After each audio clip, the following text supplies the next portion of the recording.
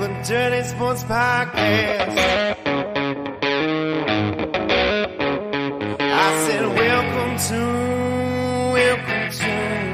the Dirty Sports Podcast with Andy Ruther and Joe Prano. Welcome to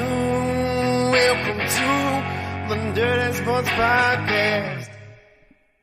Welcome to the Dirty Sports Podcast.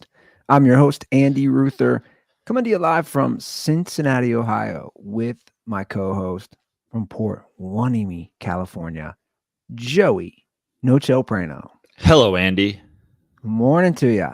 Good morning, sir. Yeah. Super Wild Card Monday. I have a dream that one day 2 playoff games will be played on Super Wild Card Monday. One of them will start at 1 p.m. Pacific. Yeah, it's pretty wild. I have a dream that on a Monday I can skip all of the things I need to do and watch playoff football. I'm not a fan, but we'll make it work.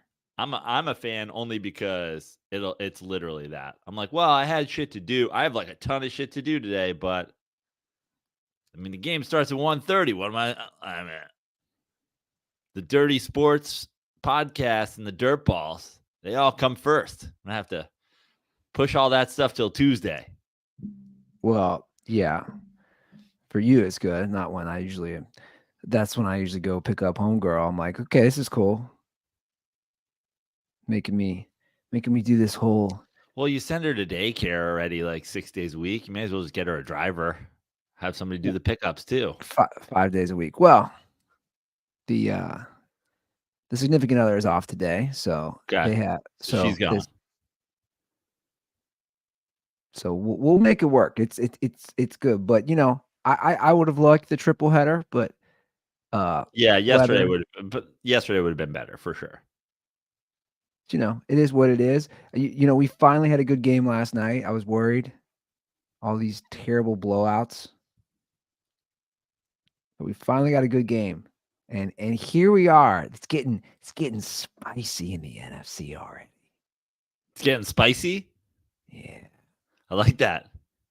I like that fans from Detroit and Green Bay are moving on. I don't think that either of those states have spices. I don't think there's spiciness ever.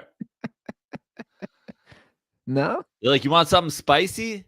Have you thought about deep frying some pepper jack? And then what you got in Detroit? That's spicy. Why is it spicy? You got the spicy pepperoni on the Little Caesars? Yeah. Hey, Detroit had M&M there yesterday, man. I know. I've seen some tweets already because they showed M&M twice.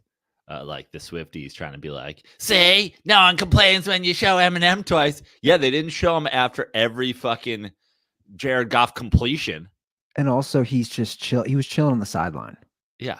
Right? He was on the sideline. It's like He wasn't awkward dancing. He wasn't. That's the most cringe shit I've ever seen in my fucking life. We've had that all season, the awkward dancing. But that was next level. It was just like a gigantic stadium full of white people, and she's trying to like, oh my god! You want to hear a crossover? Here's something I thought of, and it might be completely off base. Taylor Swift has some Jameis Winston in her. Oh wow! Because it's the ultimate cringe. Yeah, it's the ultimate cringe. It's the dancing. It's the look at me, I'm fitting in. It's like there's some Jameis Winston and Taylor Swift and vice versa. You wouldn't think there is like, you remember the Jameis like drop back like practice where he's just like on his heels. Taylor Swift does that on stage in front of a stadium full of people, and girls are like, she's a queen. I think she might be having a fucking stroke, girls. Yeah, man. I know. It's just like NBC. Well, I guess that game was on Peacock, which, by the way, everyone can bitch all they want. Most streamed game ever in the NFL history. I know streaming is new. 23 million people. I think most streamed event, right? Oh, is that it? I think it might have been the most streamed thing ever. Probably. 23 million. I don't know if it means most streamed like live or whatever. Like, I don't know how many people stream like an episode of Succession, if that's even like the kind of thing that they compare it to. I don't know. Oh, that wouldn't come even close to 23 million, something like that. No, No, I have no idea. no, not even. Not even. I like how But yeah. everybody was just, my favorite part was like the boomer bitching. We got to find it on Peacock. It's like, hey guys, you should probably learn how to do this at some point. Like maybe today's the day. Maybe your kids get a break from here on out on like you fucking streaming shit. Like it's not 1960. I just want to put it on 2. Stop. But I think tennis stations. I think a lot of non-boomers as well were complaining. People were just like, "This should be on network TV." Which again, like I don't care either way. But I mean, this is what we're at, guys. This is 2024. Yeah. Also, it did like, I went on to. I was like, "Do I have fucking Peacock?" I was like, "Do I even have fucking Peacock? Do I have to sign up for fucking Peacock?" But I was prepared to do it, And then I opened Peacock and I'm already signed into my sister's best friend's account. And I'm just like, password sharing is not hard. It's not hard. What the fuck are you doing here? You don't know anybody who has Peacock? Yeah. No, I know. I start to worry that people don't have friends. I start to worry that's a big issue in the world. Well, they're cutting down. Netflix is cutting down on that. Sure. On the password sharing. But regardless, it really is not that difficult. And it's moving it forward. It's going to be there anyway. You're going to have to stream it on something at some point. And the whole like the business. Andy, can I say something right now? I know that the Lions fans who listen to the Dirty Sports Podcast are they fucking talking about fucking Peacock right now? Jared Goff deserves respect. You guys are talking about streaming services. I don't know where do we start. Like I don't know where to start. That was obviously the best game. I know where to start. Hold on one second. How about them Cowboys? My man's bringing gimmicks. I'm going full fucking Lil Tech, Stephen A. Smith. How about them Cowboys?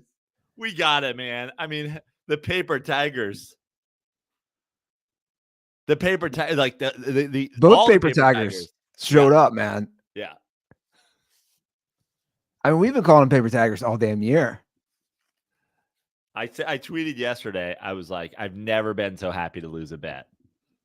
Because, I mean, I didn't bet like I picked the Cowboys with you. You also picked the Cowboys, so it didn't cost me anything. I picked the Cowboys in my pick'em league, in my playoff bracket. I actually didn't bet the game straight up. That was one game I was like, I'm not going to put actual money on the Cowboys versus the Packers because I'll be rooting for the Packers. I did take my 6 picks for the weekend and put them in a 16 parlay for like a little 16 money line parlay for a little bit of money, but that was long gone before the Cowboys game started, so I wasn't worried about that.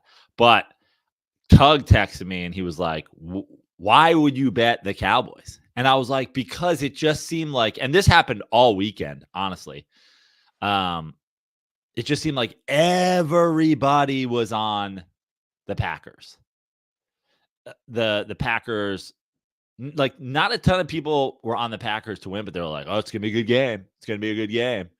And I was just like, man, I think the Packers are okay, but I've also seen the Packers play some like dog shit games this year, and it just felt like the Packers were meh, and the Cowboys, that's what they do.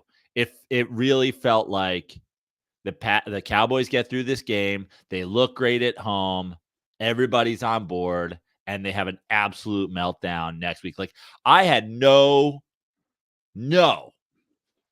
faith whatsoever, 0% faith that the Cowboys would appear in the Super Bowl. 0%.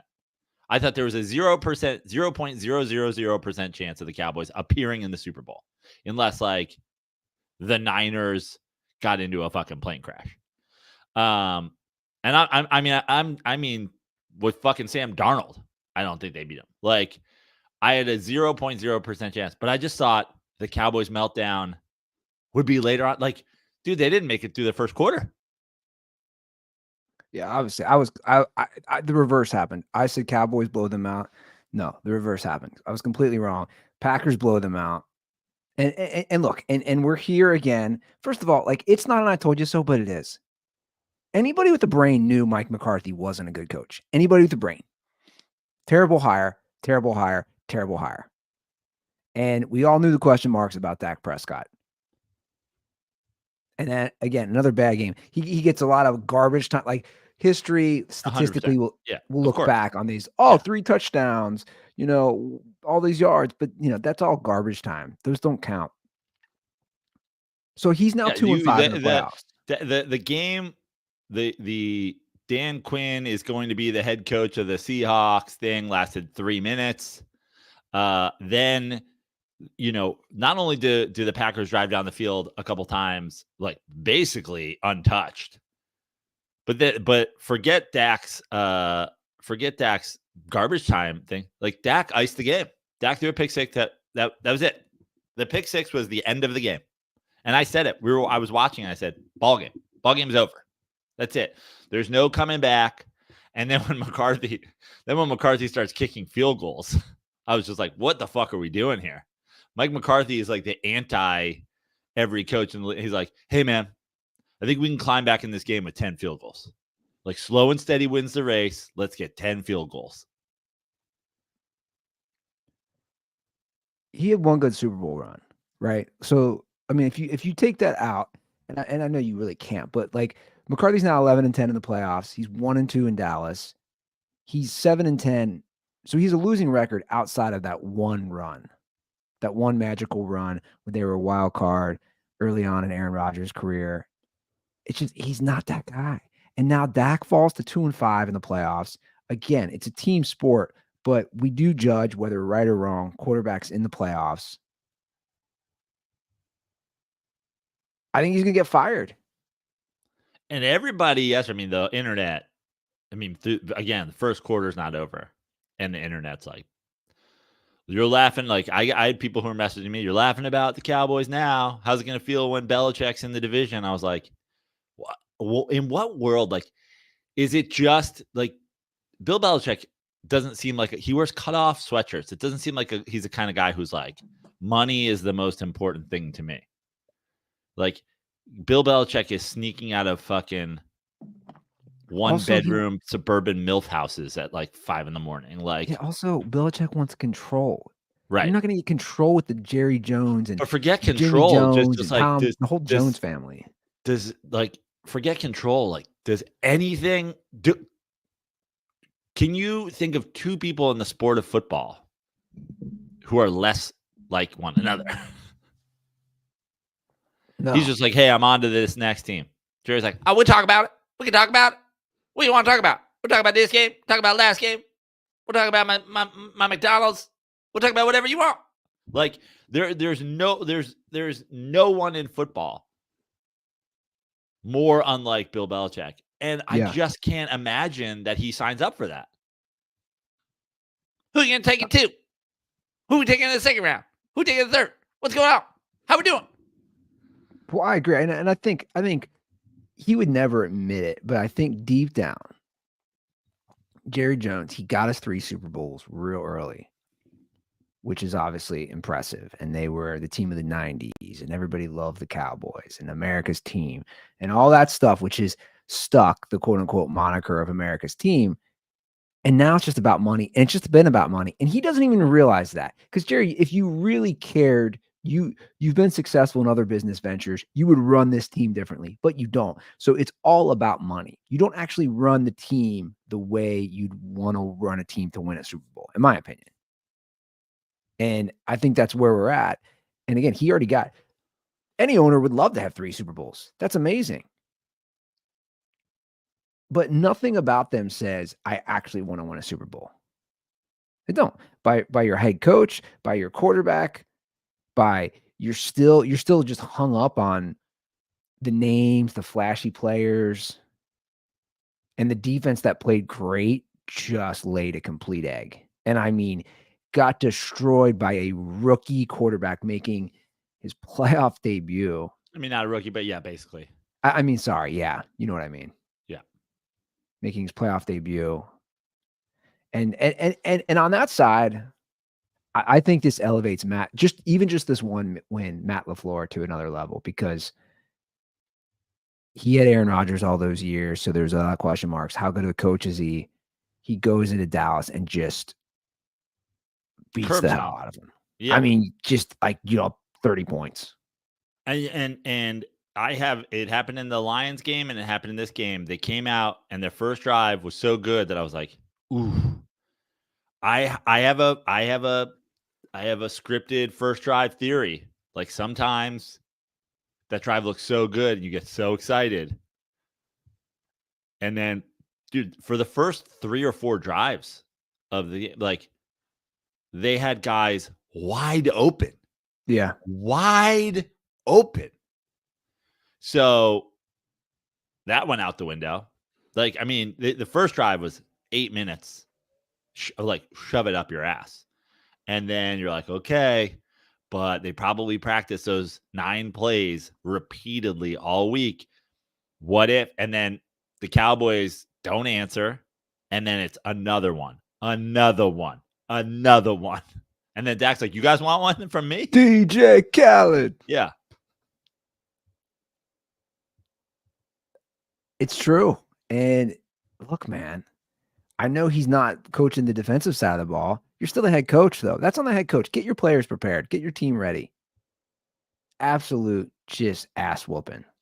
And this is, we obviously this show, we talk quarterbacks a lot, but it feels like the conversation is fitting around Dak, around Tua, around these guys who it's like, you're kind of like the Carmelo Anthony. You're kind of like the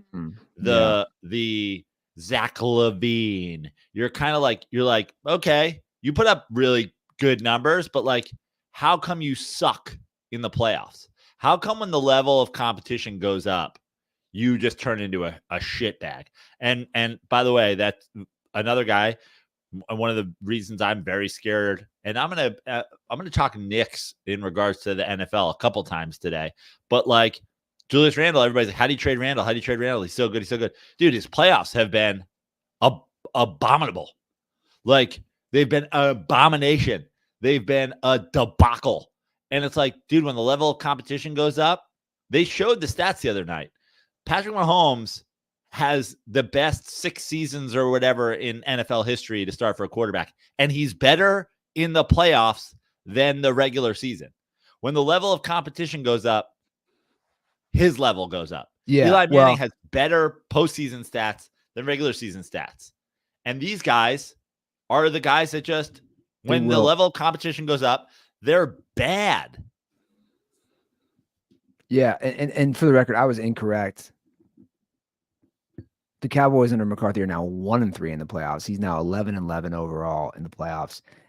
And you talk about the playoffs and what matters versus the regular season. That's the telling stat.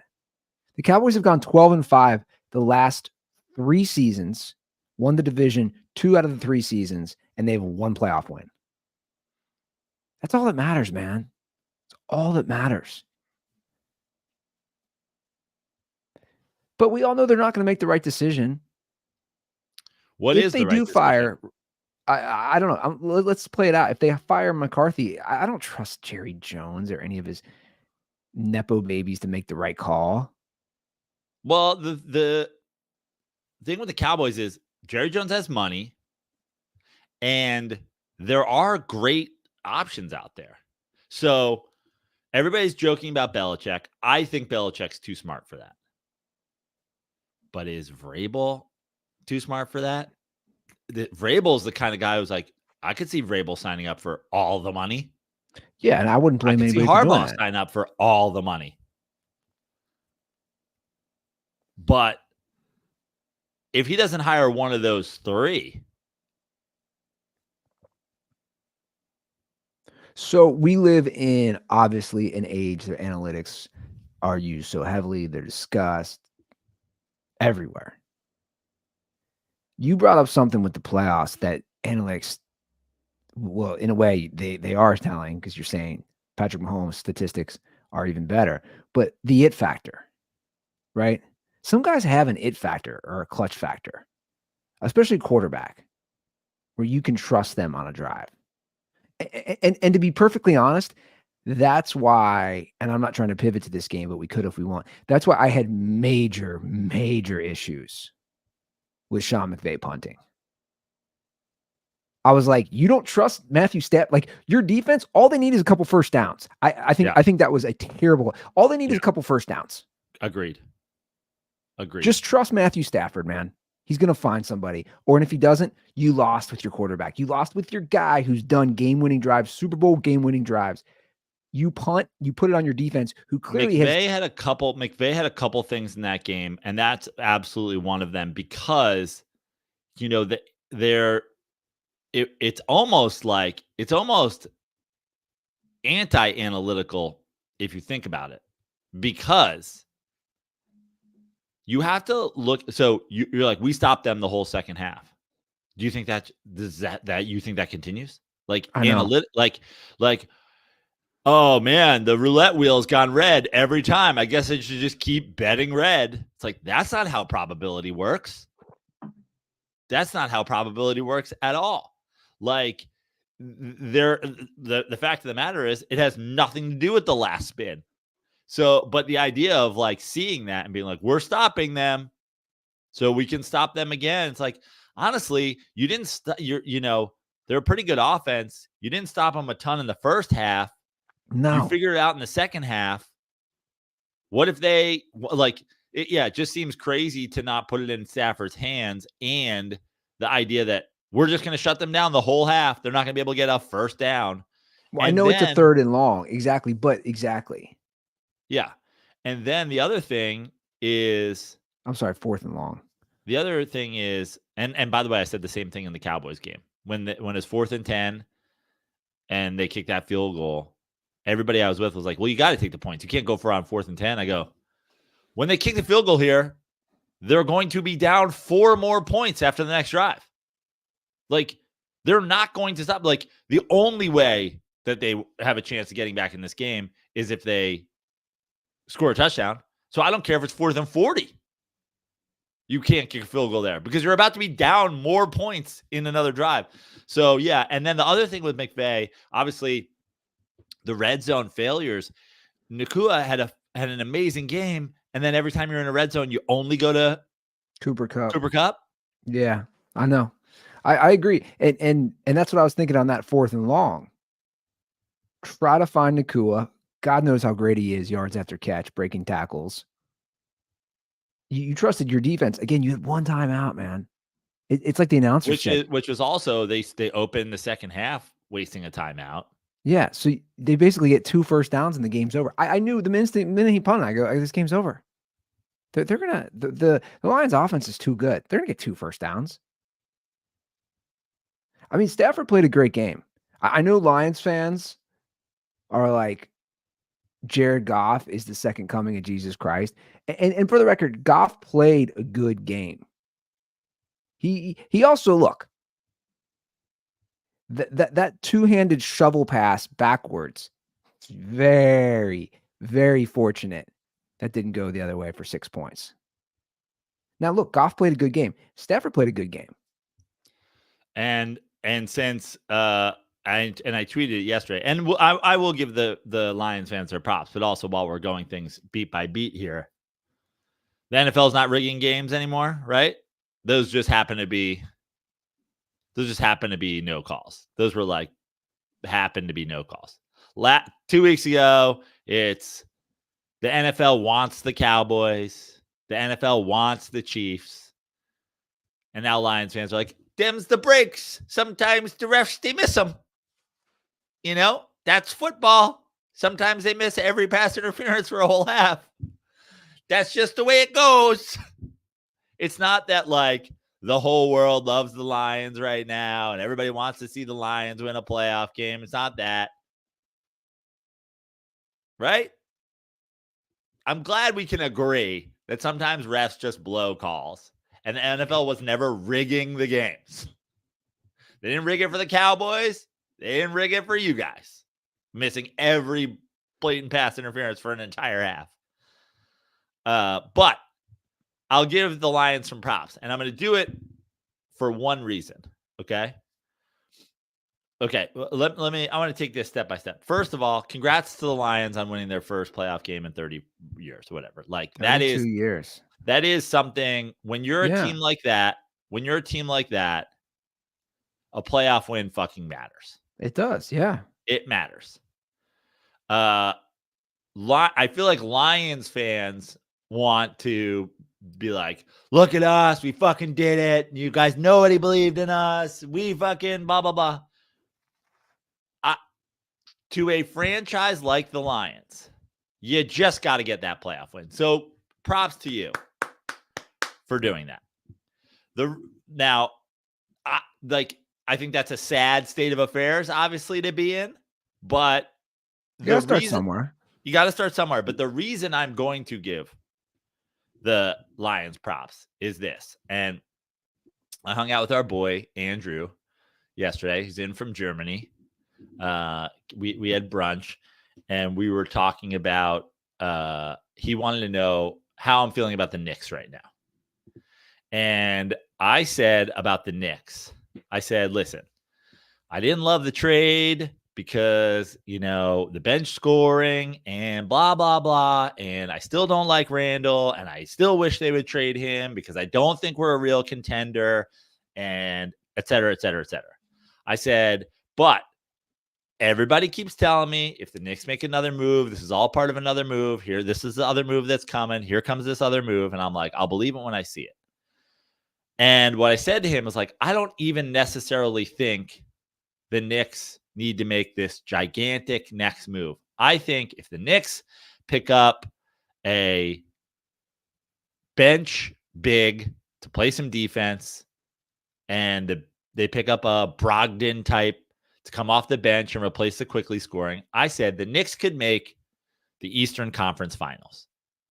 And for a guy who has spent the last 25 fucking years since essentially Pat Riley left, not having shit to root for, because the truth is, even I thought I was a paper tiger spotter back then. I said, we're not winning with Jeff Van Gundy. This team's flawed, blah, blah, blah. All that I have gone through, I was like, even though we will not win the title this year, if we make it to the Eastern Conference Finals, at least we're back to relevancy. It's not just you made the second round, let's have a parade. You can't whine about your team if you're in the conference finals. And that's why I'm going to give the Lions props, because the Bucks and the Eagles are trash and you're going to the NFC Championship game. And wow. So the Lions win again. I think they really fucking lucked out here and Lions fans, the NFL might have been rigging it for you all along. They might have been rigging it for you all along. They gave you a team you could beat, and then they gave you then there's a favorable matchup in the second round. They will beat. Well, hold on. That's a tough matchup. That's a tough first round matchup against a Super Bowl winning. I know. coach. I'm joking about that, but I'm saying they didn't have to play a division team that they've already played twice, that they lost to last time, that is clearly hot. And now they get the greatest second round potential. Like, the Bucks and the Eagles are bad. I don't know who the fuck to pick in this game. I picked the Eagles. I think they're both bad. Hurts is hurt. Fucking Baker's hurt.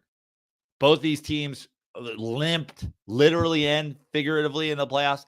The Lions are going to the NFC Championship game. And despite the easy path, despite the fucking yellow brick road that has been laid out for the Cowardly Lions, you can't argue with that.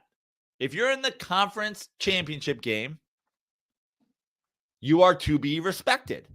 Even if, just like if the Knicks made the conference championship game this year, I'd be like, well, they're not making it to the finals unless Jason Tatum dies. And they're not winning against any West team that comes out. So I think the Knicks have a 0% chance of winning the championship. That being said, you cannot be disrespectful to a team that makes it to the conference finals. And that is where the Lions are at. The Lions will play in the NFC Championship game. I'm not trying to jinx it, because obviously I'd rather the Lions win a fucking Super Bowl than the Eagles win a goddamn one more football game in their franchise history. So I'm not trying to jinx it. You're going to the conference championship game. Okay, so I'm not ready to say that, but I will give props to the Lions. We have been so hard on them. I have been so hard on their coach. But this is what I want to give some accolades and some kudos to Dan Campbell. He doesn't call the plays. He doesn't call the like he is a head coach that he knows how to, I'm just saying he knows how to allocate. You guys ever watch that Jackass where they did the slap thing? This is Andy Ruther's version of the high five thing from Jackass, except it's a backhand. I've never seen a bigger backhanded compliment. Like you're just like, gotta give props to Dan Campbell. He doesn't actually do anything. Well, no, but hold on. There's something to be said. I think the players obviously like him. He motivates. He motivates. So he does do something. My point is, Ben Johnson has been a very, very good offensive coordinator. He's one of the hottest coaches to be hired, right? So you have a good offensive coordinator, Aaron Glenn. Now the defense has been shaky at times. Players seem to like him. My point is, he's not calling the offense. He's not calling the defense. Normally the head coach does one or the other. He's smart enough to know his strengths and weaknesses. That's all I'm saying. Like, no, there is something to be said. I'm not trying to diss him. I'm saying most coaches, i.e. a Zach Taylor, don't know they're shitty play callers. So a lot of coaches have egos. A Mike McCarthy, some of these guys who can't give up play calling. I'm just saying, I think there is something to be said for that. I know you think it's a backhanded compliment, but it's really not. I'm saying he knew his role. And I always respect people, especially in businesses, where they say, okay, I'm not going to micromanage. I'm going to let these people handle this. This is their strength. And look, they won a playoff game. Now, am I laughing watching grown men cry? Yes. Sorry, guys. Come at me. I know people are like, they're fucking rude. I'm just like, dude, you're a grown man crying because a professional team won a playoff game. I think it's weird. Sorry. Well, it's certainly weird. Listen. I think it's weird. I'm trying to obviously I would never, like, there's nothing about sport. Like, I've never in my life. And when I was a kid, dude, and I was, you know what I mean? Like, I used to cry when I was a kid. But I'm saying I didn't. Like, when the Mets lost in '88 to the Dodgers, and it was like, oh, this is my favorite team, and we're gonna fucking go back and blah, blah, like, I didn't cry. I was like, And like, I remember I would watch games in bed when I was a kid. And one thing I remember about being a kid and watching games is my feet. Like, I would start sweating from my feet. And I was like, what? And then I realized it was just me being very nervous for my team. I'm like in bed, tucked under the covers. Games were like late. And I'm like sweating. I'm like, oh my God, I'm nervous. I never fucking cried. And I'm like a gigantic, like, you know, the Mets were my goddamn life when I was a kid. But and they still are. Yeah. But I think the thing about it is, and I get that the line, again, we go back to the thing. It's like, I know you got to start somewhere, but like, if you're a Lions fan and I see you crying because you made the Super Bowl, I'm like not dunking on you, but like, you won the first round. So here's my You my won thing on the first round crying. playoff game. Like, Here- here- Jesus Christ. Here's my thing on the crying. And this is coming from a guy who is sensitive, who's emotional, who has no problem crying. Here's my thing on crying. I get emotional with sports when I have it connected to a personal memory, especially with my dad. And I get that. So if I have a connection with going to a Reds game or a Bengals game or a Xavier basketball game, whatever it is, like that can bring up a lot of emotions for me. But I'm trying to understand it. Like I'm trying to I was talking about my girlfriend with it last night because she was laughing too. She's like, these guys are crying. And I'm thinking, I go, yeah, like if I think of the memories of going to games with my dad, that can really bring up a lot of emotions for me, like winning the 90 World Series and being at the game. But I'm trying to bring that into 42-year-old Andy. And I'm like, okay, I don't know if like the Reds won the World Series again, I wouldn't cry because they won. Does that make any sense? Like it might bring up emotions of my past, which are positive, good memories. I don't know.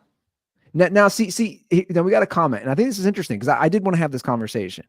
You got to realize, Andy, a lot of those guys are crying because they probably grew up watching the Lions lose every year with their dads, and their dads are no longer with them. Okay, that's fair. Listen, I just said props to the Lions. It's been 32 years. You got to start somewhere. But like Jesus Christ, guys, this is the popping bottles when you win the wild card baseball. Like you're like we got a wild card spot.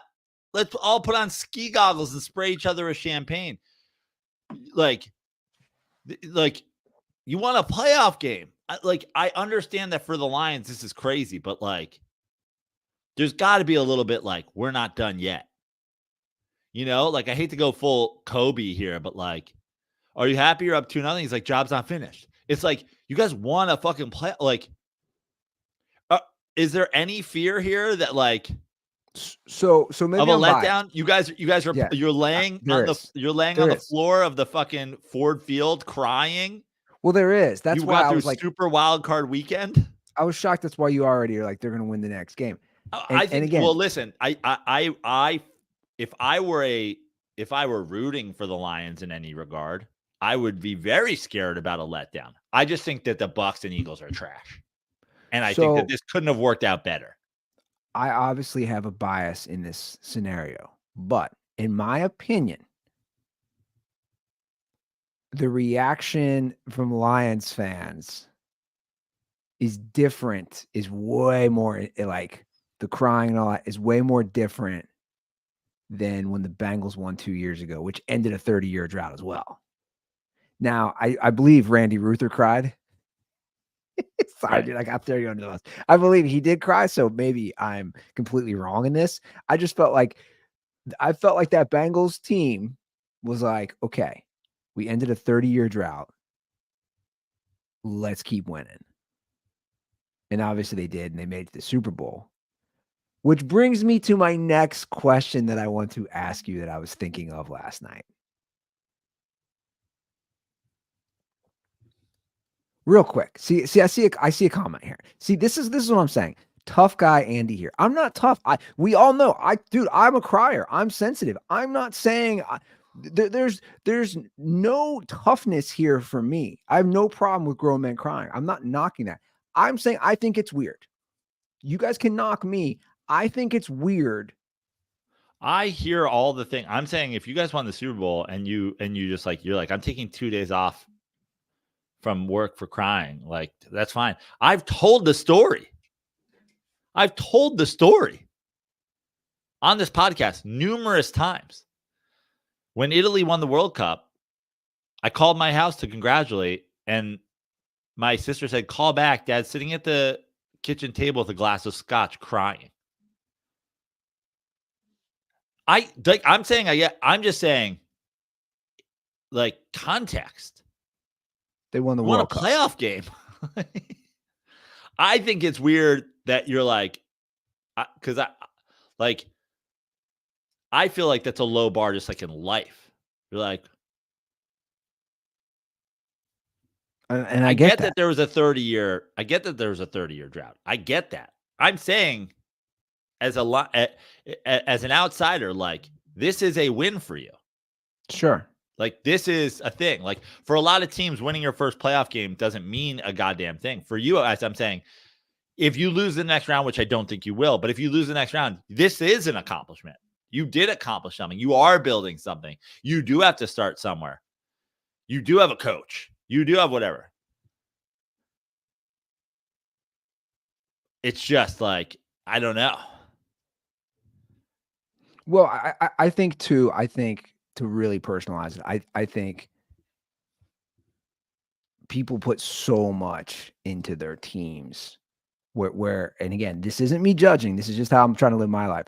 I would put those emotions more into personal things with family and friendships and those things. And I think here's a prime example. Something that bothers me, which I don't think existed when you and I grew up. Something that bothers me is, I noticed this when I coached for 3 years, and I noticed this when I went to my nephew's game a couple weeks ago.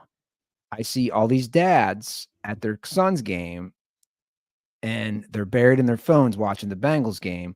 Or there was a lot of complaints this year, the team I used to coach at the school, that the tryouts for this year's team was during a Bengals game.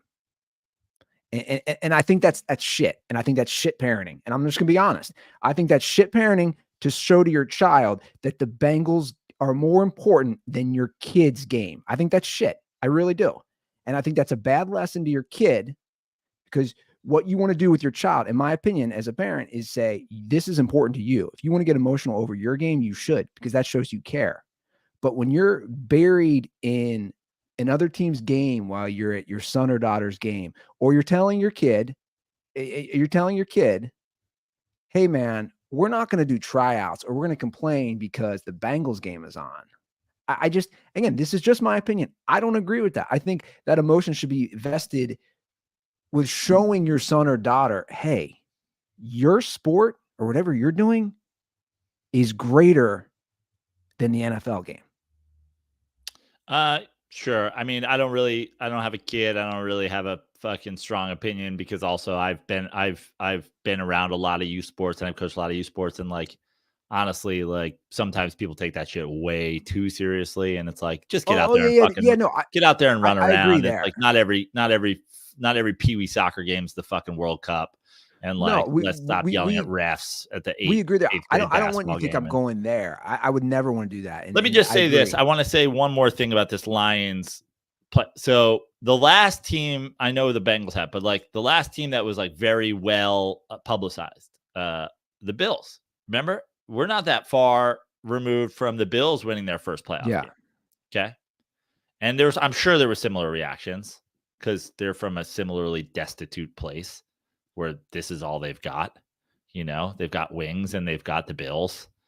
And the Lions have, I don't know, Eminem and the Bills, whatever it is. Like, the Bills, just like for context, let's say the Bills win today and beat the Steelers and go to the next round and lose to the Chiefs at home. If the Bills lose to the Chiefs at home, they might fire Sean McDermott.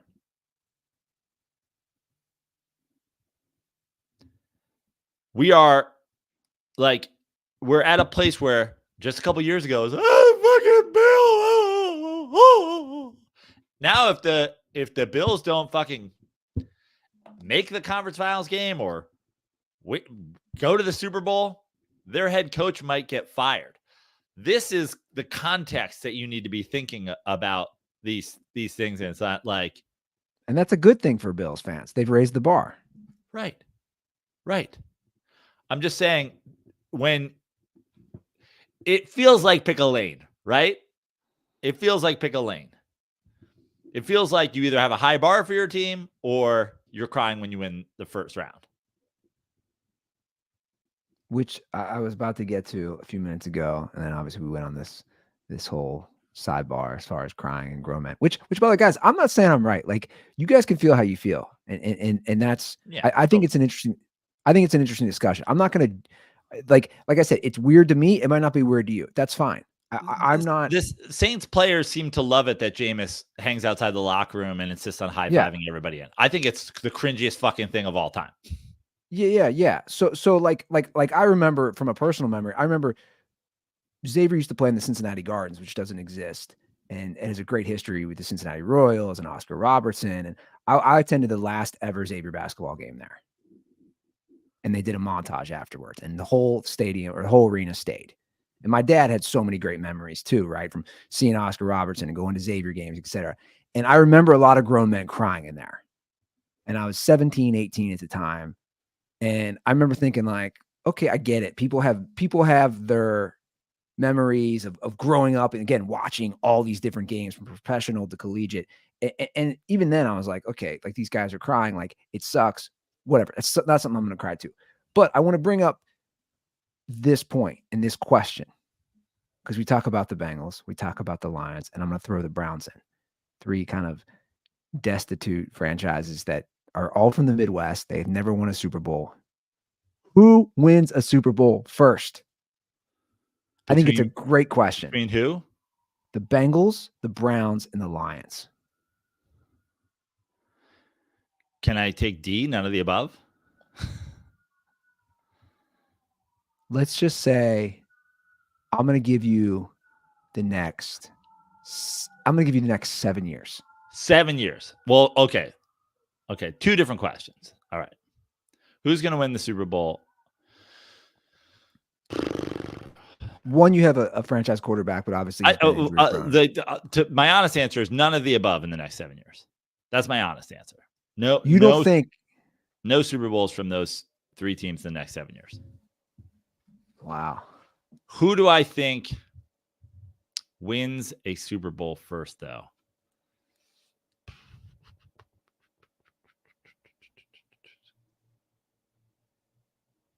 Like, here's my thought process is like, I have no idea because I don't think any of the things that are happening now factor into that. Like, obviously, one of them will win, like, unless the world ends, like, when they're playing Super Bowl 110, one of them will have won a Super Bowl at some point. But, like, I don't think a Zach Taylor, Dan Campbell, or Stefanski coached team that's the Browns, Bengals, and Lions win a Super Bowl. Sorry. This is like when you talk about probability and when you talk about like whatever, like the history says no. Yeah. The history says the Jordan Love Packers don't win a Super Bowl. The history says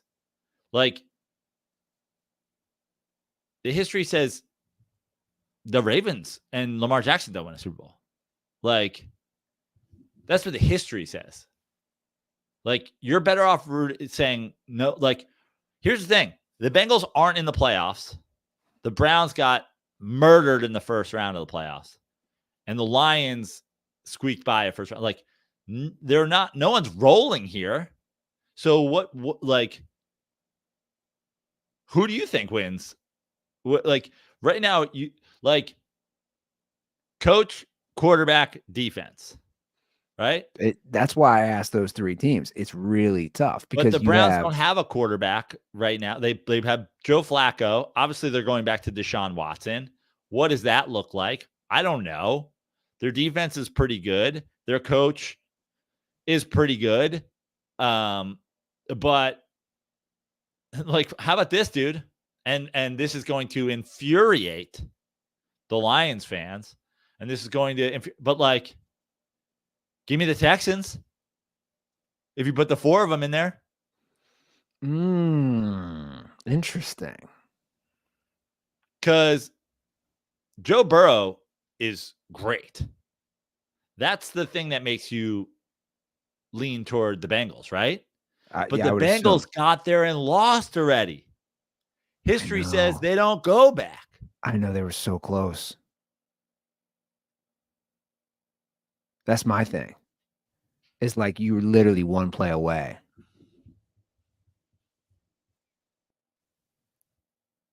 Coaching matters. Now, obviously, Detroit has something nice. I think that division, it seems, is going to be getting more and more competitive in the NFC North.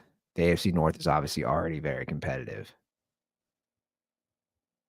I don't know, man. It's tough. I mean, the Browns got absolutely destroyed, and CJ Stroud, I was completely wrong. I was wrong in all my rookie quarterbacks. The rookie quarterbacks, and again, Jordan Love's not a rookie, but the guys making their playoff debut showed up, man. They showed up. Yeah, and I think obviously the Browns were way better defensively at home than on the road, but Jesus Christ, like Stroud looked so good against the Colts, and I was just like, he just can't look that good against the Browns. I'll say my thing in a guy who picked the Browns. First of all, CJ Stroud is legit, and I don't know when they make those. I don't know when they make those guys make their votes for the awards, but like, if it wasn't already, D'Amico Ryans might just be fucking stealing that Coach of the Year. But I think it was. Yeah. So he's probably I think it was already. But now yeah, it's gonna be the awkward one where he fucking doesn't win it. If they waited until after this round, CJ Stroud's getting MVP votes. But I think they make him do it before. The CJ Stroud, when you talk about what Joe Burrow did, how good Joe Burrow is, and how good Joe Burrow looked as a young quarterback, it's like he didn't look as good as Stroud. Like CJ Stroud looks as good as any rookie quarterback we've ever seen in year one. Yeah, I agree. On a team that was shit. Yeah. On a team that he like completely turned around. And now you've got a defensive coach. Their defense hasn't been lights out this year, but it was real good on Saturday. The criticism for me is like, it felt like Cleveland didn't do enough to be like, this is a rookie quarterback. Like, it didn't seem like they threw enough at him. They were just like, hey, we have this great defense and we play that, like, do something.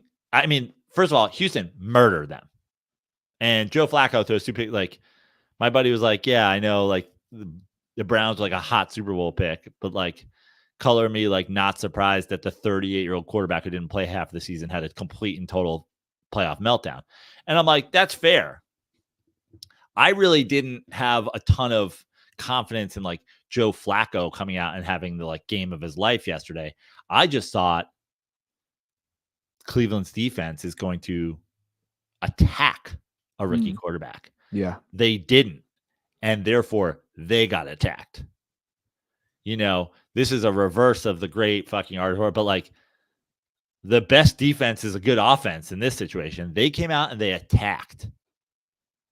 And from the beginning of the game, and Stroud looks fucking amazing. So when you give me all those teams, I go, I don't know. Like, I just, Lions fans, I'm sure, are fucking up in arms right now, but it's like coach, quarterback, defense.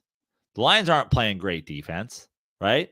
Let's just say, let's like give them like, you like what Dan Campbell's done. And I mean, they won their first playoff game in 30 years. So like, let's hoist Dan Campbell up. Let's say Dan Campbell proved us all wrong. Okay. I don't love your defense. I don't love your quarterback. The Bengals, their defense is pretty good. It's not what it was a couple years ago. Good. Yeah, it wasn't good this year. Right. It's not what it was a couple years ago. I love your quarterback. I don't love your coach. Cleveland, let's also like, they got a good defense. They got a huge question mark at quarterback. And their coach is TBD. If you were like, I'll take the Texans. I know this is like a prisoner of the moment kind of thing, but it's like the quarterback looks really fucking good. The coach looks like he's TBD, but looks pretty fucking good so far. He showed up and outcoached the other guy we're talking about. And he's a defensive coach, and their defense played really fucking well. Like,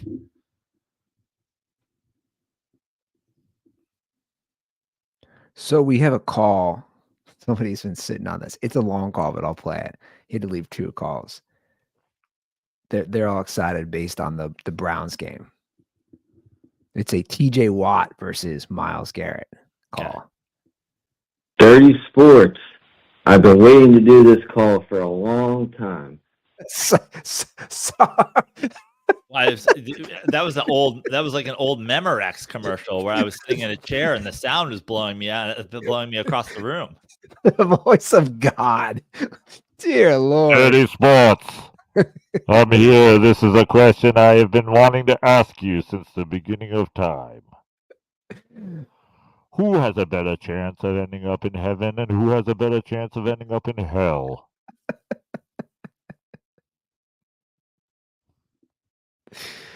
All right. I must have loaded that one a little too high. Let's try this again. But I think now is the perfect time to do it. So, watching that Texans-Browns game, I realized that the guy who... By the way, I don't know why. What I did in GarageBand, we're just going to get, you can understand it, right? Yeah. He still sounds like God, but my apologies for anybody listening. Hey guys, I have a little tears in my eyes from laughing at Prano. Those are things that I'm gonna cry about today. So just FYI. His quote unquote defensive player of the year was very non-existent that game. He had just as much of an impact as myself, Andy Ruther, and Joe Prano on that game. Like, that man was a ghost. And it's funny because, like, TJ Watt is really better in every single statistic this year. He has more sacks, more quarterback hits, like literally every single statistic except they are tied in forced fumbles, I believe. TJ Watt clears him in every single stat.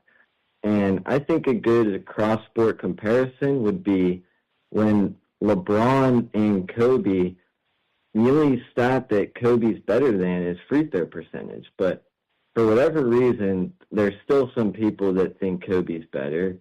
And just like this year with the Defensive Player of the Year race, for whatever reason, people have Miles as a favorite when he's not better than TJ in any single statistic. And a lot of these, PFF loves Miles for whatever reason. They love his like pass rush rate, and they claim that because of his pass rush win percentage or whatever it is, that makes him more impactful than TJ.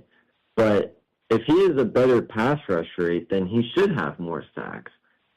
And the thing is, too, also, TJ he's a linebacker, so he does drop back in coverage a little bit. So sorry, I might have reached the over the time. Sorry, Andy, yes, you did, I know that you're big on having a certain amount of time in a call, but I think it's important so that I can make my point here that statistically, if TJ drops back into coverage too, Miles should have more sacks. So yeah, I don't understand it, but it's whatever. Condoms are for Browns fans. All right, so the discussion at play here is Player of the Year. Why is TJ Watt not getting? Yeah. Right. Well, let's talk about a couple of things. First of all, you brought up Kobe and LeBron. One, like you're comparing careers versus seasons. Also, like that takes into consideration all the years, all the ages, all the fucking things, blah blah blah blah blah. And LeBron clears Kobe in like by fucking leaps and bounds in most things. The numbers for TJ Watt and Myles Garrett are very comparable. They're like, you might say he clears them in every stat, but it's not like he's like, I have 6 more sacks and I have 5 more forced fumbles and I have like whatever. It's like their stats are, while TJ Watt might edge him, they're very similar.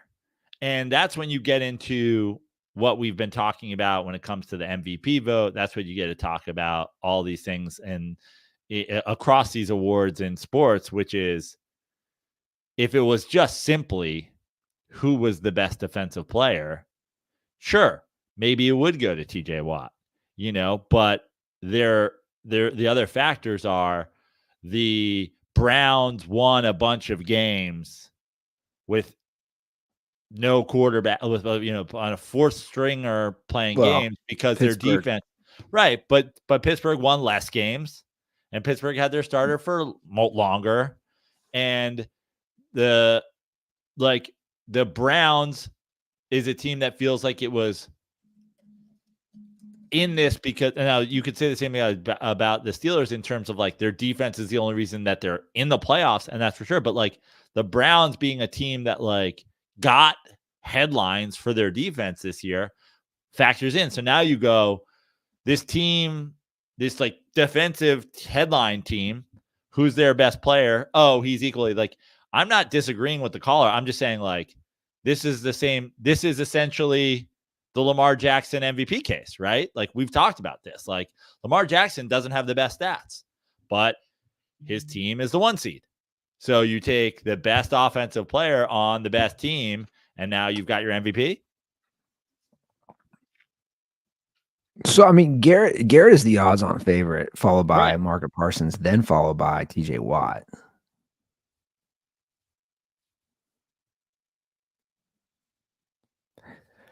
Look, I think TJ Watt they're both so valuable.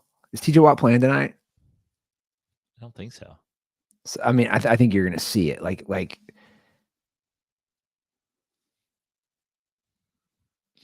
no, he's not playing. So it's like, I think you're going to see it. I think I'll be honest. The like, I appreciate the call. I don't know. These are tough for me. I don't think I have the knowledge enough to be like, oh, one's versus other. I mean, I think it's simply is that like you could argue if you're just like, but like none of this shit is statistics at this point, right? Like he brought up Kobe and LeBron. Like if we're just doing statistics, if we're just doing like VORP, if we're just doing like whatever, like LeBron has 15 MVPs. You know what I mean? Like there's voter fucking, there's like I voted for this guy last year. There's the team success. There's who's getting the fucking headlines. There's whose plays are like more memorable. There's who's whatever. And listen, Myles Garrett, that's my issue with the Browns yesterday, Saturday, which is they attacked Myles Garrett the same way the Lions attacked Aaron Donald. They're like, we're not going to let him do it. But Sean McVay started throwing other people at them and saying like, okay, if you're going to double and triple team Aaron Donald, here comes this guy. And that's what I felt like the Browns didn't do, especially with a rookie quarterback on the other side, was they didn't go, okay, you're going to put a lot of attention over here, then we're going to do this.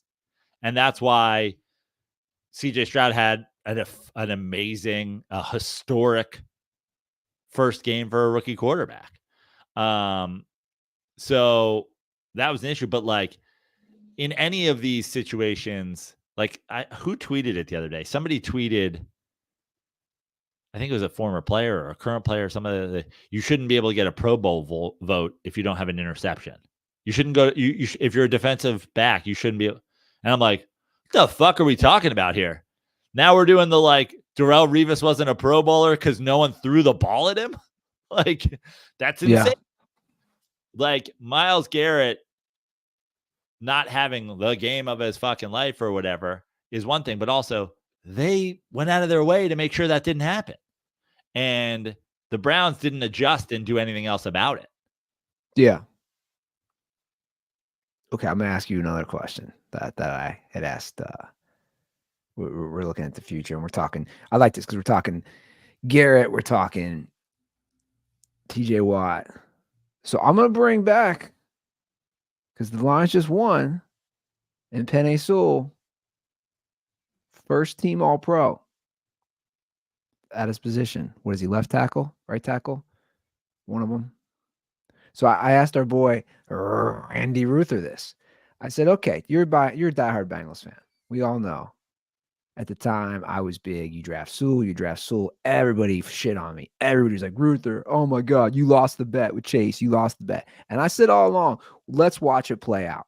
Now, did Jamar Chase help lead them to a Super Bowl and AFC Championship? 100%. Is Jamar Chase great? Yeah. But this is the question. Only 3 guys get first team All-Pro for wide receiver. Only one at the, well, again, what is he? I forget if Sewell's a left or right tackle. Regardless, only one. Sewell already has one. Will Jamar Chase ever get first team All-Pro? That's an interesting question. Right? Because again, they could have drafted Sewell. They didn't. They took Chase, which again is fine. It's worked out so far. So far. Again, this is kind of good. Like history would say no, right? That's what I say. The other. Do you know who the first team All-Pros were this year at receiver? CD Lamb. Tyreek Hill. See if you can guess the third, I bet. And I'm trying to think. Let me think. Tell me who it is. St. Brown. St. Brown. Okay. Yeah. Interesting. Listen, the wide receiver fucking game is bananas these days. That's what I'm saying. And listen, there's when you talk about if you wanted to dance on the graves of people who said you were wrong, you lost to Jamar Chase saying, forget the Super Bowl appearance, forget whatever. It's just like, first of all, great quarterbacks make great receivers. Second of all, there's a lot of fucking great wide receivers out there. So even if Joe Burrow doesn't have to do the Eli Manning, Victor Cruz thing, there's guys who he had T. Higgins. He had you can say you don't have to, Joe Burrow doesn't have to turn undrafted guys into all pros, but there's a lot of receiver talent out there where it's like, whatever. All pro tackles are very fucking difficult to come by. That's my point. I would bet anything that if you look historically through the past 25 seasons, there's more guys with multiple first team tackle appearances than there are guys with multiple wide receiver appearances, even with 3-1. I think when you're the first team tackle, you win it a couple of years in a row.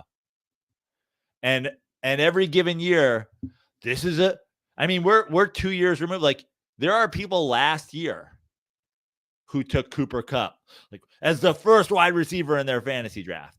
There was people, this year who took whoever, Jamar Chase as the first receiver. And look at this. I bet you CD Lamb didn't go first overall receiver picked in 2% of fantasy drafts. I know, and that's my point. And if you look at how the Lions have built that team offensively, dude, their line is really good. Really good. And their offense is really good. And that's how you do it.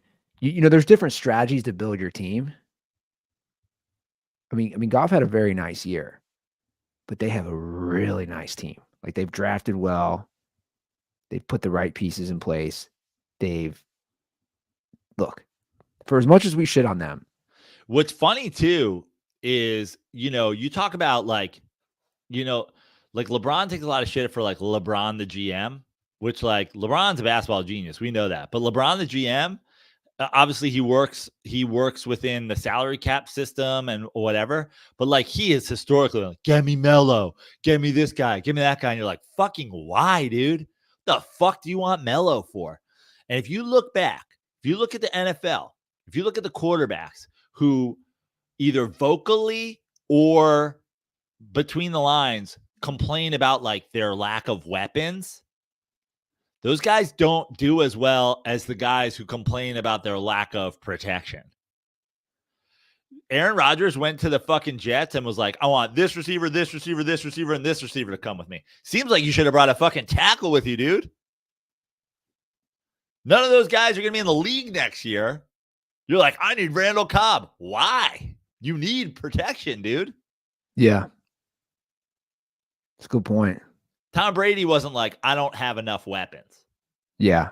Eli Manning wasn't like, I don't have enough weapons. Peyton Manning wasn't like, I don't have enough weapons. You never fucking heard that from those guys. You never heard that. Aaron Rodgers is like, I need fucking weapons. Now, Aaron Rodgers is a great fucking quarterback. But Did he say that, though? Did he ever say that at Green Bay?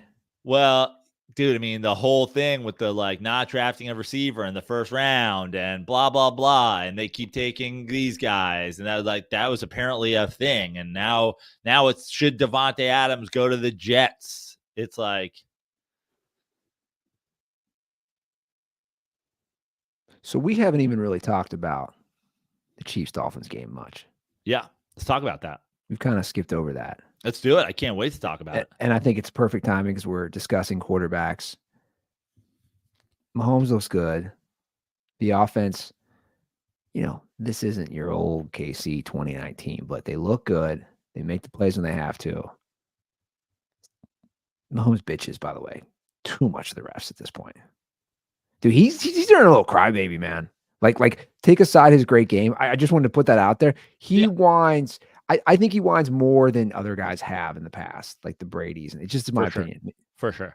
I feel like he's instantly looking to the refs like a basketball player would. And I'm like, come on, dude. But take that aside. I think you said it last episode. This like, oh man, they win a game and they win easily. The Dolphins are the paper tigers we thought they were. Tua is the paper tiger quarterback we thought he was. Mike McDaniel, offensive genius, late in the game, just running passes backwards, throwing check downs on fourth down. The genius. He's a genius. The weather is such a weird excuse for me. I don't get it. And you see so much of it out there. Like, what'd you expect? It was good coaches don't give a shit whether it's a thunderstorm, snow, tornado, like that's a weird excuse to me. The weather. The Dolphins win in week 17, 18, and they're the 2 seed. And they don't have to worry about the weather. The worst they have is Baltimore in an AFC championship game.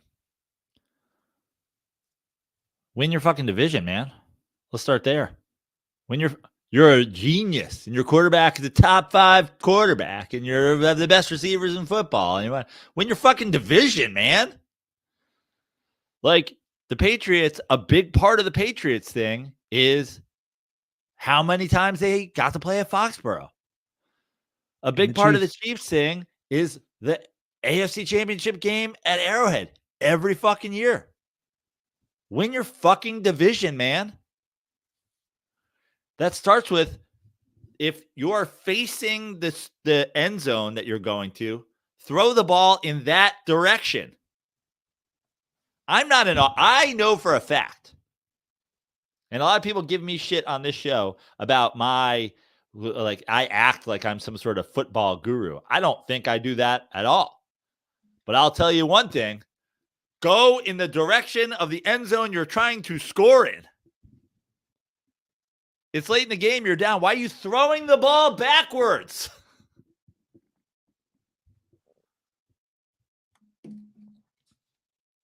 I knew that game wasn't going to be a game. And by the way, I was wrong. I thought it would be. You just visually. Andy Reid, he literally has frozen snot on his mustache, not even covering his ears. I understand he's a bigger guy.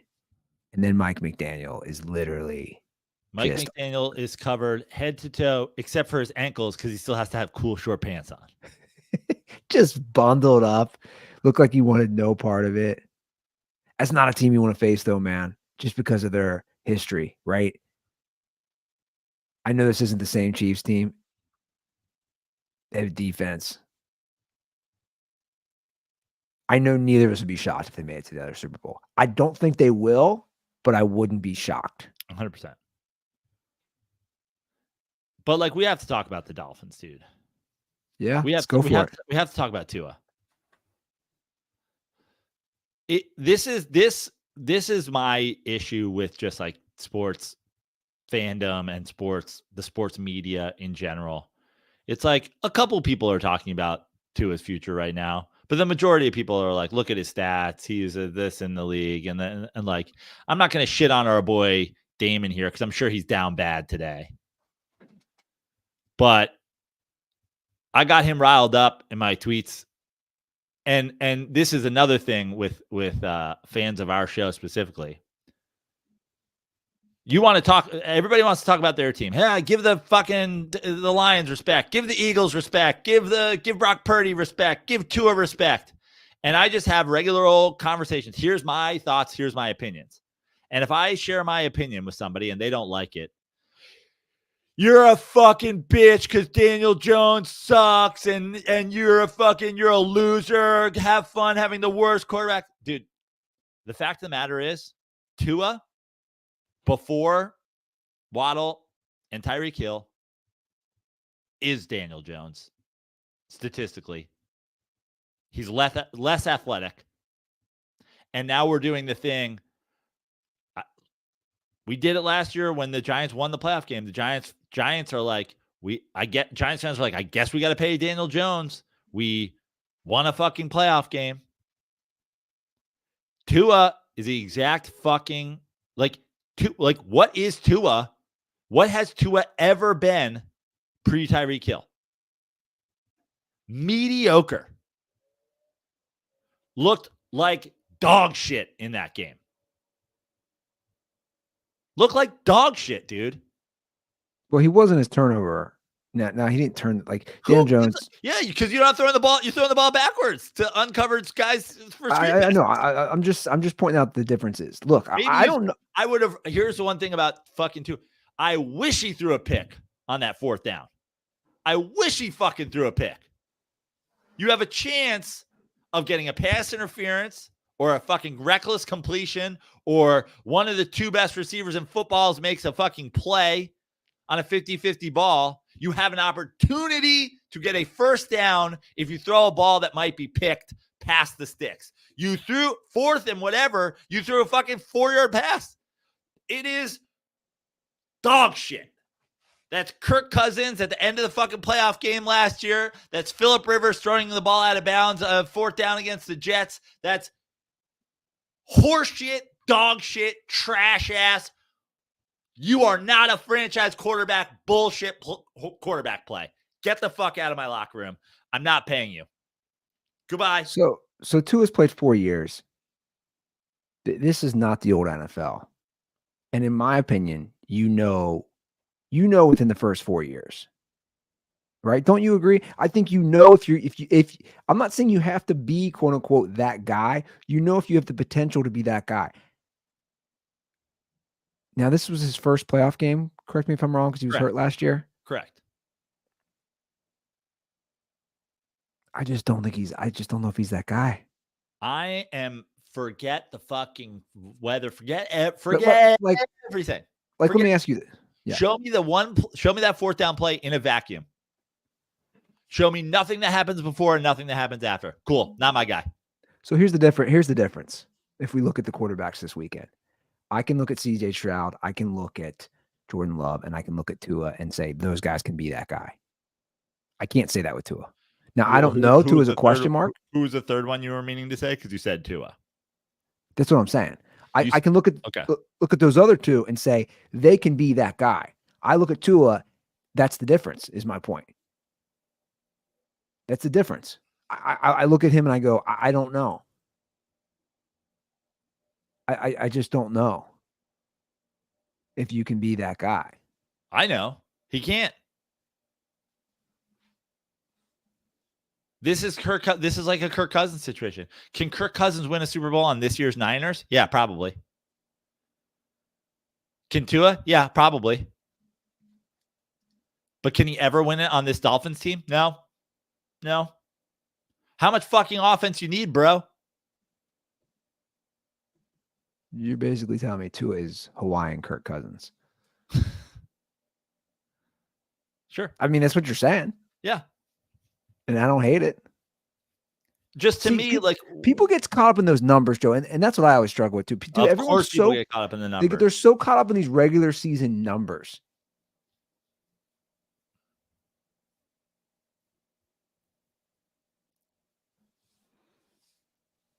I just know the good quarterbacks, the great quarterbacks. I understand it's shit weather.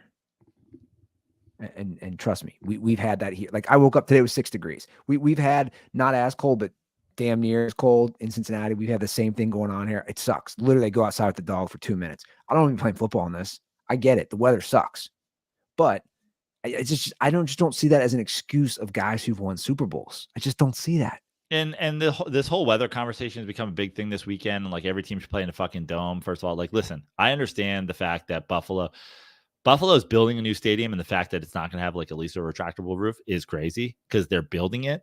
But stop with this. Like, we don't have to tear down Foxborough and tear down fucking Arrowhead and build new stadiums, have domes. Stop it. We're not doing that. Lambeau's going to be the field. If it's fucking cold, it's cold. Like, we're not doing like the idea that every NFL team should tear down their stadium if it's outdoor and put on a roof is stupid. This is football. Yeah, I agree. And listen, this isn't like, I know you're a huge Josh Allen fan, right? And everybody's like, oh, Josh Allen, like, we're like, we don't have proof yet that Josh Allen can play 4 straight playoff games without turning the ball over a ton. That's the reason, you've got the Steelers tonight and the points, and I don't.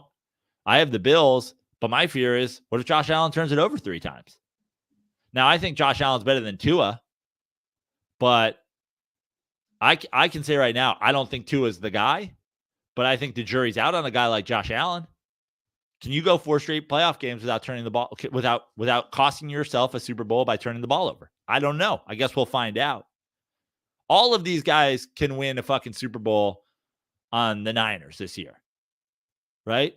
Like, I'm the king of like kind of going after Brock Purdy earlier in the year. I'm just like, hey, let's just all tap the brakes. Like, Jimmy G also made the Super Bowl with that fucking team. Like this is, when his left tackle and Debo were out, how do you look? Like, yeah, when you're on an elite team,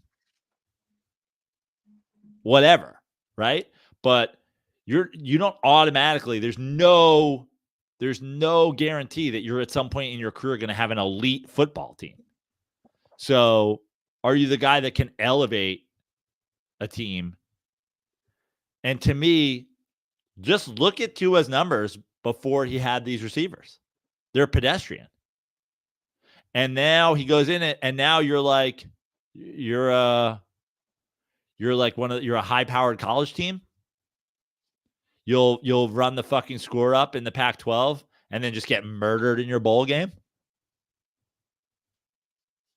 by a team in the SEC or by a team in the Big Ten or whatever. Well, that was my whole thing with Mike McDaniel. Everybody, he was the hot new car, the hot new girlfriend, whatever you want to call it. And I always said, well, is he just a flash in the pan? Like everything you're saying, are these offensive explosions? They're backed by stats. They're against crappy teams. He doesn't perform as well against teams with winning records. And I understand injuries. Like my injury thing, injuries happen. Like they didn't have Tua last year. Also, like Tua's injury prone. You didn't have him in the playoffs last year. And they had they played pretty well. Like they were in that game with the Bills. They lose it. But my point is, you have 2 playoff games now. Nothing in these playoff games has shown me that McDaniel can also be that guy. Guys, it really wasn't a game. It really wasn't a game Saturday. No. Never. Let me put it this way. I fell asleep in the 4th quarter on my couch. It was never a game. It had an opportunity to be a game for a second, and the Dolphins didn't even fucking seize that opportunity because they threw the ball backwards and they threw the ball short of the 4th down, short on 4th down. I'm just like, your offensive genius better translate to the fucking playoffs.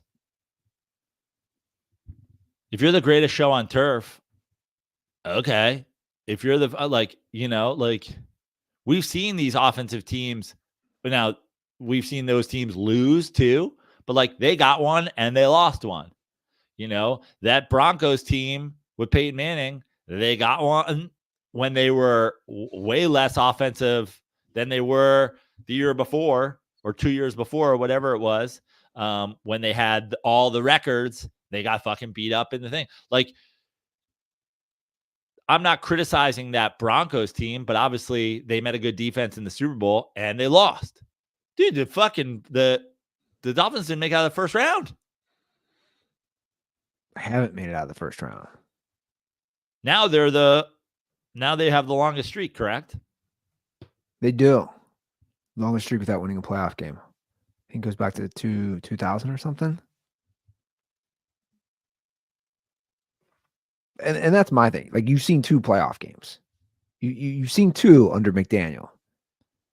Now, Sean McVay, again, another considered offensive genius, loses the first one at home. I don't know if you remember, against Matt Ryan and the Falcons. Next year, he makes the Super Bowl. Dude, we talked about, we got our boy Damon criticized us because we didn't give enough attention to the Paper Tiger Bowl. We didn't give enough attention to Cowboys, Dolphins. Like, 2 team Spider-Man meme, 2 quarterback Spider-Man meme. Very similar. You have great receivers and your quarterback looks good. And he's had shit seasons when he didn't have those weapons. And you turn the ball over and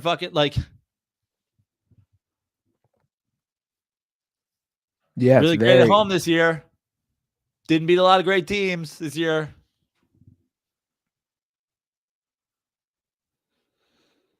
Yeah, that's why we didn't give a lot of attention to the Paper Tiger Bowl, because the winner was still just the best of the Paper Tigers. And both of us were wrong about both of them. So we both thought they would at least show the fuck up. In the playoffs, we did.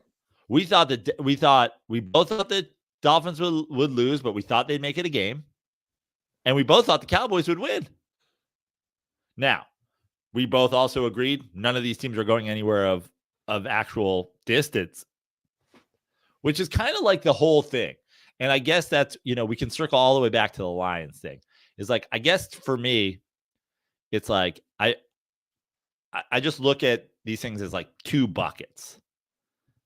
Can you win this Super Bowl or can you not win the Super Bowl? That's like where I start.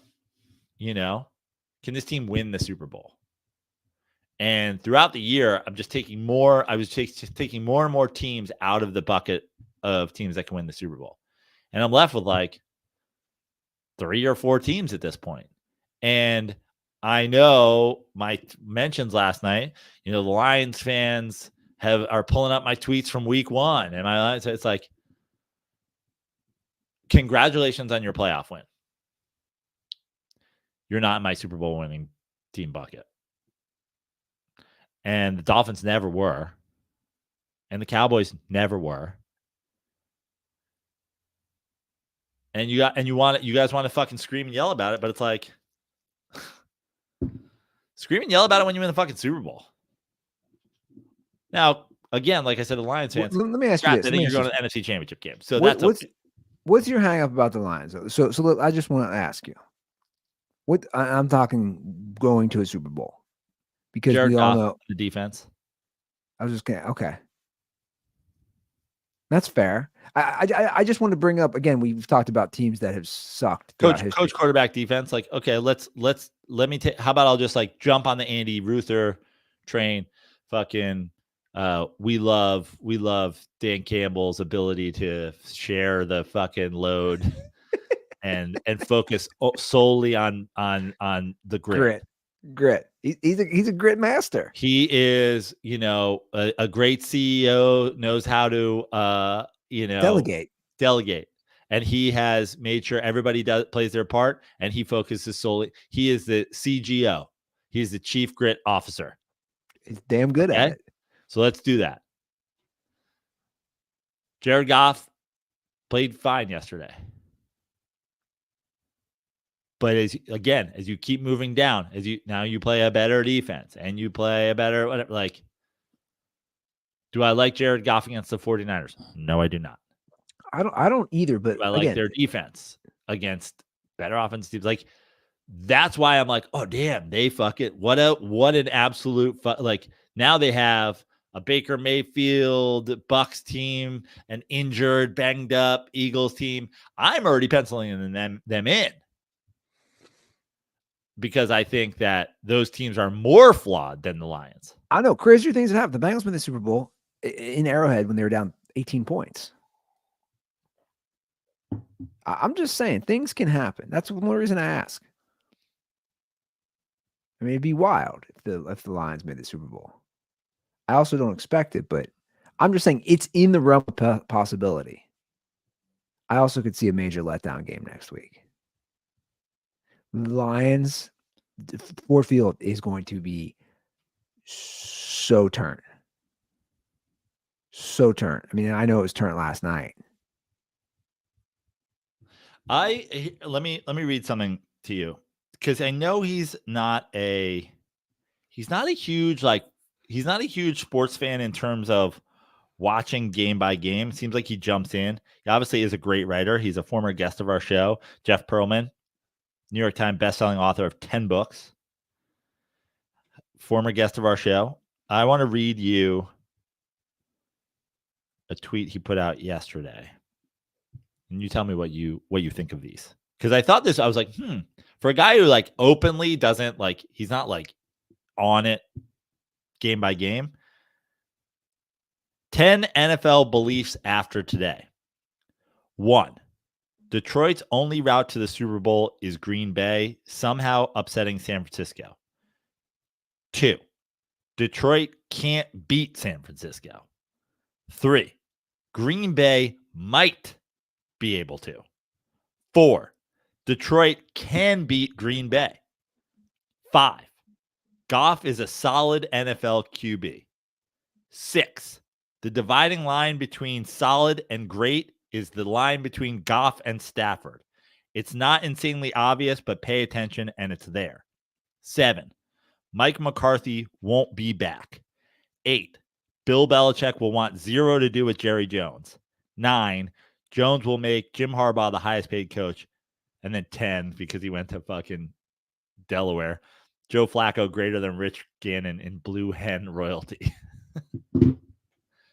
What of those do you like?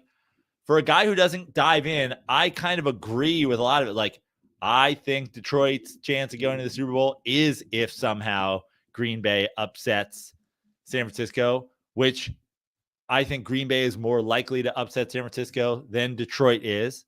Then Detroit would potentially have a home game in an NFC championship game. So that would be their route. Like, to me, for a guy who doesn't go game by game for the NFL for the whole season, a 10 list of facts that I was like, there's not a lot of these I don't agree with. Yeah, no, I agree with a lot of those, and I think that's true as far as. I mean, for a quarterback conversation that we have a lot, how about just 5, Goff is a solid NFL QB. 6, the dividing line between solid and great is Goff and Stafford. It's not insanely obvious, but pay attention and it's there. This guy doesn't watch a ton of football, but I think that's I think it's there. It's just there. It's there last night. Some of the throws that Matthew Stafford. I mean, I'm just gonna say it, guys. This is not bias. Matthew Stafford played better than Jared Goff last night. He made some insane throws. He also, for some reason, literally gets knocked unconscious. Eyes roll in the back of his head. I'm watching that live. Eyes roll in the back of his head, and they don't call roughing the passer. That's weird to me that they don't call that.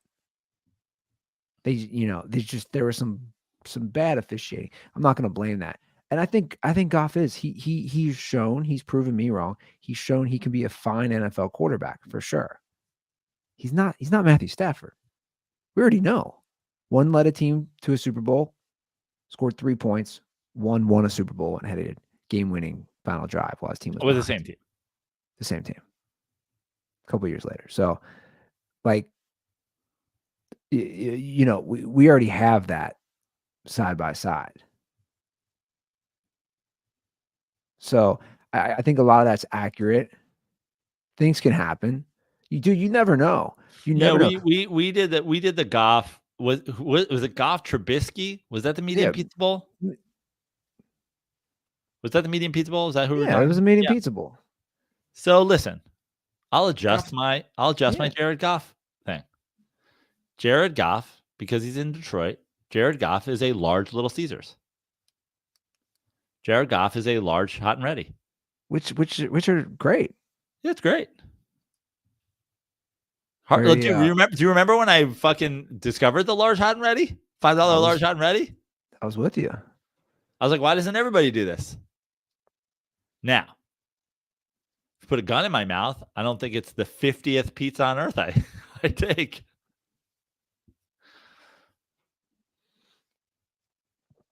Yeah. Well, look, there's going to be a lot of chatter this week. Obviously, we got 2 more games to get through. I'm excited to see what happens. And if you guys want to call, I'm shocked no Lions fans called. 310-359-8365. And congrats to one of our diehard Lions fans, Matt Boonstra, who instantly DM'd me. Let's not forget, I had a $100 bet before the season started. The Lions would not win a playoff game. I paid him. He wanted that money instantly, which was pretty funny. Celebrate your team, but that's cool. You want to say Ruther suck it? Hey, I'm here to take that L.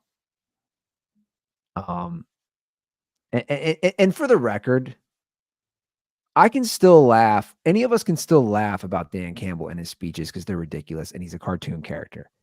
Like, we can still laugh and say we were wrong at the same time. Like, he's absurd. He's ridiculous. All that stuff from Hard Knocks that made everyone laugh. Because I literally just popped onto Twitter now and everyone's like, remember when everybody laughed at this? Yeah, it's still absurd. Yeah. It's still cartoon character-esque. And I still think, yes, he's done a good job as, again, the guy delegating responsibilities and also motivating his team. And I think he did build a good culture in there. That's true. And also remember, you're the Lions, and so for anybody else, they're just like, okay, we won a wild card game. This is this first step, and you guys are like, remember. So what I'm gonna do, Andy, since you're talking about the Lions, it's like I'm feeding the Lions right now. I'm showing up to the zoo with a raw steak and I'm throwing it through the thing. And I'm going, here's me feeding your fans. You're going to the NFC Championship game. You're going to it.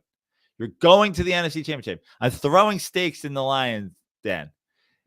Here's 2 steaks. One is a delicious Tampa Bay filet, and the other is an eagle steak. Is a cut of bald eagle. I'm throwing them both in, and I'm watching you devour. You're going to it. Also, if anybody would like to bet $100 with me on you guys getting boat raced by the Niners, I am here for you. Unless the Packers upset the Niners. Right, which I don't think is going to happen either.